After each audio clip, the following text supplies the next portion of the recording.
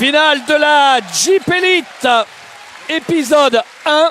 L'épisode 2, ce sera dans 48 heures ici même. On ira au Mans en début de semaine prochaine pour le match 3. Et plus si affinité, c'est parti. Premier ballon pour Monaco avec DJ Cooper, avec Sergei Gladir. Elmedin Kikanovic qui enfonce Youssouf Affal et qui passe. Ouais, le spécial d'Elmedin Kikanovic, une fois qu'il a passé le coude. Youssouf Affal qui essaye d'aller au bout.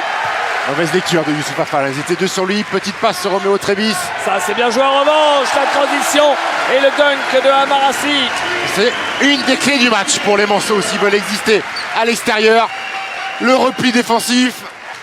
DJ Cooper, Gladir, la double feinte, il essaie de s'appuyer sur la planche, c'est raté. Michael Riley, Lofton lâche vite la balle.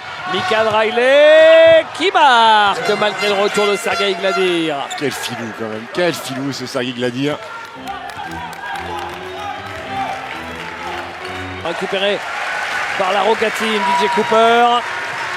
Il prend le shoot à 3 points, DJ Cooper et il marque. C'est le deuxième tir à 3 points monégasque sur la transition. Les Manceaux replient trop vite mais trop bas. Il faut replier au-delà des 6,75.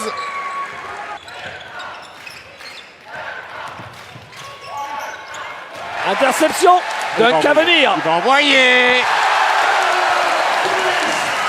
Chris Evans en bout de contre-attaque juste avant la fin de ce premier quart-temps. Attention, il ne reste pas beaucoup de temps pour les Manceaux. 4 secondes. 3, 2, le shoot de DJ Stephens à 3 points, il le met. Énorme tir. Et là, vous avez juste à constater, parce qu'il est tellement haut. Son tir est incontrable. Regardez quand il monte sur ses appuis, Allez, à quelle hauteur il est. Amarassi s'en bat. Cooper. Et il le met. Le shoot à 3 points qui parle derrière DJ Cooper. Mais il l'a dit, c'est moi le meilleur meneur de Jeep Elite. Il a vu que Justin Combs dans la soirée des trophées, il était dans le 5 idéal. DJ Cooper, ça a dû le piquer un petit peu. Lui qui est le MVP en titre, on le rappelle.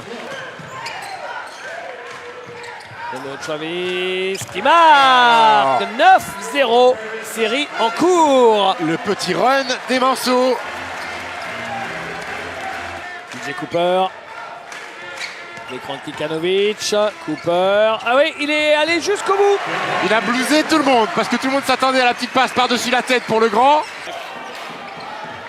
Encore un shoot très très lointain. Il le met celui-là. Deuxième shoot très lointain de Cooper. Roméo Travis encore Roméo Travis. Qu'est-ce qu'il est bon.